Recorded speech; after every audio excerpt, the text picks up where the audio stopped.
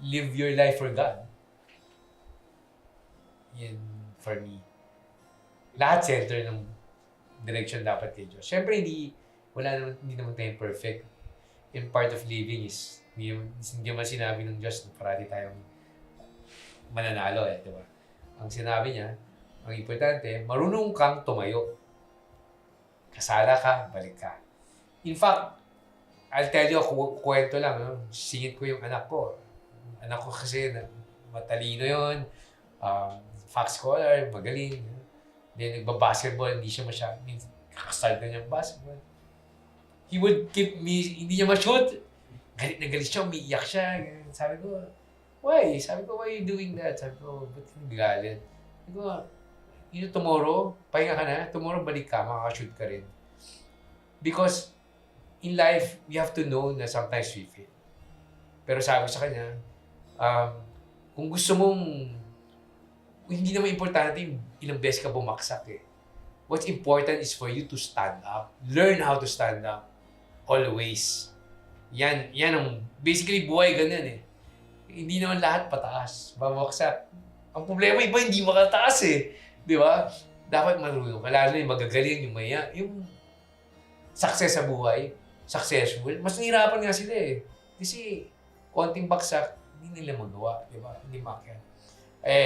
Sabi naman, nakinig naman anak ko kasi minsan nga sa school, baba ng grade niya. Sabi, anong nangyari? Sabi niya, I tried naman but di ba you told me, yung important is to get up, I'm up na again. I go, totoo naman, di ba? Sabi ko, that's true. As long as you always give your best. And then, if it doesn't, then it's either, basta stand up, it's either it's not for you, or if you continue doing it better lang.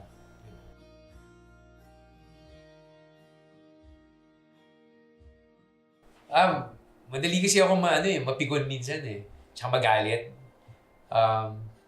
Pero, kasi minsan, yun nga, I don't like it when, lalo na pag, alam mo yung parang, niloko ka or maraming pressure, di ba, minsan. So, I think, dahil may malakas boses ko, ganyan, no? And then I give up everything, emotionally give everything out. But, I always tell my staff na, I don't ko mali yung ginagawa, pero, lumalabas di ba? And mali ako doon. But then, I always tell them, don't take it personally because I'm not, it's not against you. It's against yung ginawa, mali. And we can always correct that. Kaya I'm telling them also, that's why I get mad, or I'm telling you what's right, para makorek.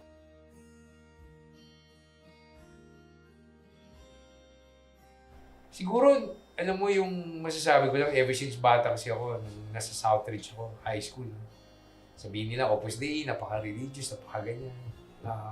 In fact, naalala ko yung mga pare noon namin Mga isa Irish, si Father Donaghy.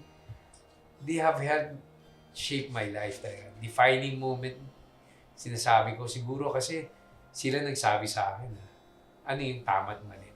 And they've taught me na, stick to do the good and the right. And then, andyan na. Aside from that, sa school, no? Siyempre sa school. Kaya important yung school Just where your values are, nakukuha. And then, sinasabayan ng pamilya mo. Pag nakikita mo sa magulang mo, sa mga pinsan mo, sa mga tito mo, sa lola mo, sa lola mo, then, mas, tama, yan ang gagawin ko. Ako si Dick Escalona, galing sa business sector, isang nominee na aksyon dapat na isinusulong ang matinong gobyerno para sa komportableng buhay ng bawat Pilipino. Number 26, aksyon dapat.